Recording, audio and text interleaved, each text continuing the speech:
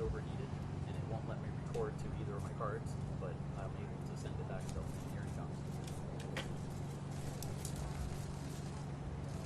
Thank you. Well, good morning. I want to thank Ken Graham, National Hurricane Center, for showing us around and giving us his insight. As you know, I recently issued Executive Order 19189 regarding Hurricane Dorian, declared a state of emergency in 26 counties in the state of Florida, pretty much the entire East Coast and adjoining counties. We will likely be adding to that in light of some of the additional forecasts, and that is to assist in preparation efforts. One of the things that the state of emergency allows us to do is to get more fuel into the gas stations. I know people are going and looking. We've heard reports of there being fuel shortages already in places like Brevard County. This executive order allows more of that fuel to come. It also allows us to mobilize the National Guard. So we're obviously working with Major General Eifert. With a track like this, it's uncertain where to deploy them, but obviously the National Guard is going to be on deck for this. I spoke with President Trump yesterday, and he assured me that the federal government would be with us every step of the way, supporting us in any way that they can. And I've also spoken with the acting FEMA director, and he assured me that they're going to be working closely with us. We do have the FEMA regional representative will be in the state EOC in Tallahassee. I think starting today, we will be standing up. The EOC is partially stood up today. It will be fully stood up tomorrow.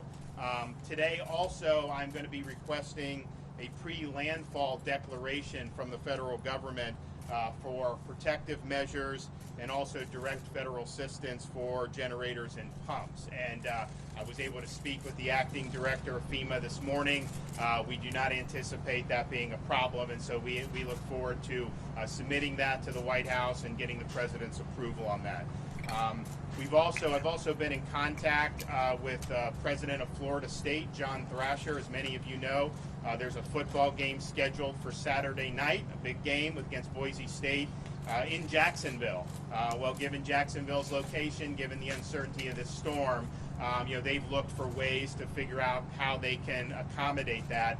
And so I think they're going to go forward with the game, but they're not going to do it in Jacksonville. They're going to do the game in Tallahassee, and I think they're going to have more details for everybody who's interested in that going forward. The message, I think, right now is that all Floridians really need to monitor Hurricane Dorian and make the necessary preparations. This is a track that has a significant amount of uncertainty. I was talking with Ken and some of these people. I mean, you could make a case for places like Miami and the Keys to get impacted. You can make a case for it to be northern Florida, obviously central Florida. So really the key is to have your plan and make those preparations right now. And you have to assume that if you're affected by this storm, that you will lose power. So make accommodations to be able to weather that. Now, I've spoken with the president of Florida Power and Light. They are going to be mobilizing resources from across the southeast because the state has stressed the importance of getting the power back on when it goes out, and so they're doing it. But there's no way you could have a storm of this significance and not lose power. So just prepare for that. You should also prepare if you're in an area that experiences flooding when you have significant rain events. Well, guess what? If you're impacted by this storm, you are going to see a lot of water. The Ken was showing me the threat of storm surge depending on where it hits. That threat is significant. But even in terms of the interior parts of the state that could be affected by really significant amounts of rain, we have rivers, we have different bodies of water, so be prepared for a lot of water. You should have 7 days of food and medicine and water as part of your plan. I know people are going to the stores now. Some of the water's flying off the shelf. You still have time to prepare, so do it. But have those preparations made in terms of food, water, and medicine. Familiarize yourself with possible shelters in your area. You don't know how the storm is necessarily going to track, and you need to have that information in case you have to avail yourself of those resources. Know which evacuation routes are available to you.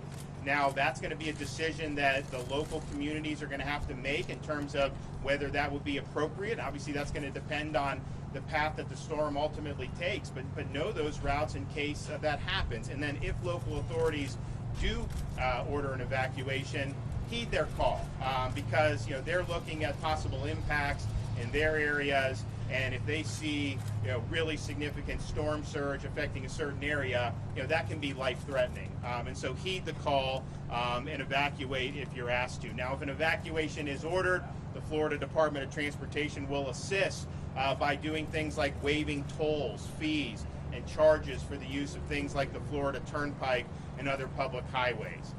We've had now hurricanes affect the state for a number of years recently. We had a period where we didn't have hurricanes for over a decade. Obviously, we're always bringing new people into the state. And so a lot of people are now experiencing hurricanes. For those who are new with this, let me stress preparation. Let me also remind people that have never been through this, because we have this happen every year. If you do use a generator, make sure you're using that generator properly. Do not let the exhaust go into your home. That it could be fatal. So use that in the proper way. And talk to your neighbors if you've never been through a hurricane here, because we do have a lot of corporate knowledge recently. In terms of some of our agencies, as school closures are announced, that will be posted on the Florida Department of Education website, which is www.fldoe.org/hurricaneinfo. As of this morning, no closures have been announced, but obviously we anticipate that as a possibility. Our Agency for Healthcare Administration has activated the emergency status system for healthcare facilities statewide so they can enter their storm preparedness status, including generators and utility company information, emergency contacts, and bed availability. Florida has a 511 traveler information system, so stay informed about what's happening on the roadways. You can go to www.fl511.com. We don't know in terms of any evacuations, but obviously that will affect how these roads are operating. Our Department of Environmental Protection has completed pre-storm beach surveys, and pre-storm prep guidance has been distributed to all hazardous waste, drinking water, and wastewater facilities. And we've had 559 disaster debris management sites that have been pre-authorized in the affected counties. And obviously, as we add counties to that, there's going to be more of those sites that are going to be authorized. www.volunteerflorida.org is being prepared for its disaster mode so that it can coordinate people who are willing to volunteer their time and resources to assist people that are affected by Hurricane Dorian. Visit Florida has a partnership with Expedia for these disaster situations. You can go to www.expedia.com/Florida, and they have activated their emergency accommodations module. Obviously, if you're in an area where there's an evacuation, you want to know how far do you have to go to be safe, and is there going to be lodging available, and this Expedia app will be able to help you do that. So I just want everybody in Florida, particularly on the East Coast, but really this could have effects. You can make a case that this could have an effect in virtually every part of the state. I urge you to follow local reports. I urge you to watch the Weather Channel, listen to the National Hurricane Center for updates on the path of this storm. You can also go to my Twitter account in the governor's office. It's at Gov Ron DeSantis, at GovRonDeSantis. We will be posting updates on our account, and so will Florida State Emergency Response Team, and their Twitter handle is at FLSERT, and they're going to be doing constant updates. You can also go to www.floridadisaster.org. We have a wealth of information on there, but the time to act is now. If you haven't acted, act to make preparations. Do not wait until it's too late. If you prepared and then it don't end up getting affected, no harm, no foul. But if you don't prepare and you are affected, that may be something that is difficult to recover from. And with that, I'm happy to take a few Given questions. the potential of these storms to affect the entire state and the problems seen with price gouging and storm debris cleanup after Hurricane Irma and the federal audit into the state's own handling of its debris cleanup contracts, is the state doing anything differently this time around or ahead of the storm to avoid that situation? So in terms of some of the contracts, our emergency management director, Jared Moskowitz, has lined up contracts in advance, even before Dorian was on the radar, so that can be done, I think, in a more seamless way. We also are looking to be more aggressive at pre-positioning assets as needed. Now, as you know, when you have a cone of uncertainty that stretches the entire state, pre-positioning assets is a little bit more difficult to know where that most makes sense. But as the, I think, track becomes more clear, we will be willing to do that as well. Anyone else? I have a question. Comparing to Hurricane Irma, what kinds of things have changed in terms of preparation, maybe FPL facing, wide outages? What kind of things can you assure the state that they are different and will be better now? Well, one, I think that if you looked at 2016, we had relatively minor storms compared to what we've seen since then. But that was really the first season where we've done this since, I think, 2005.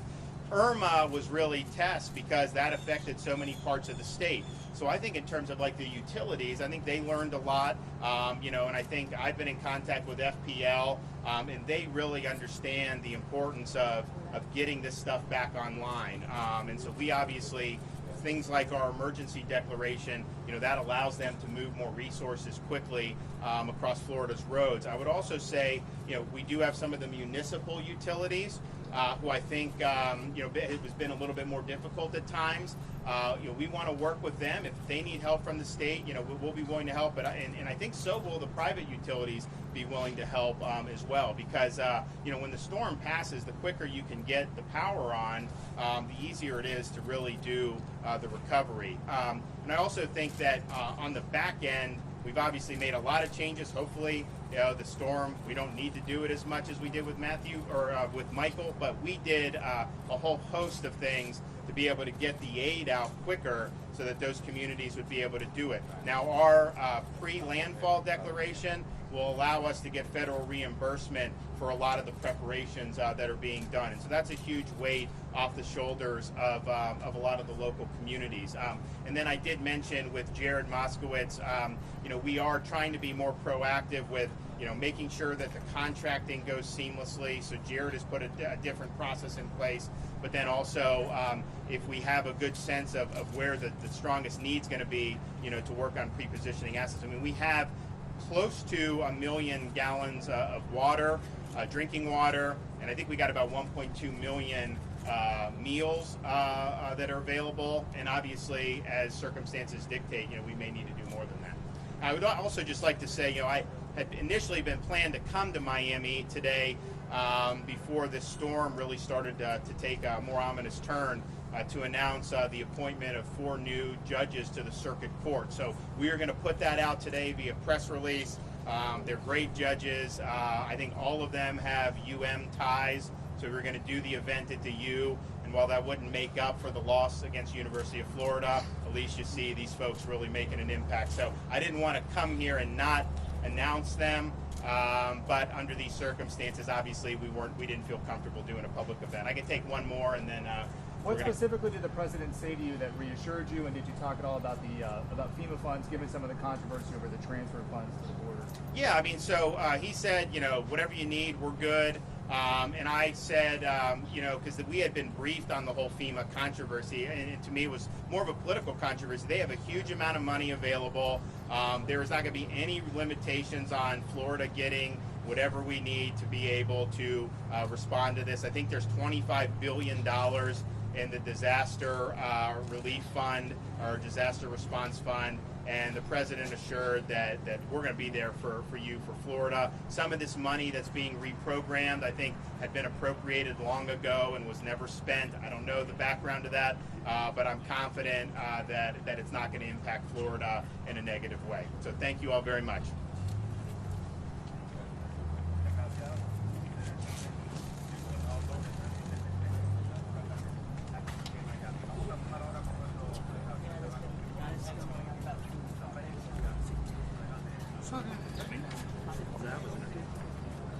so many.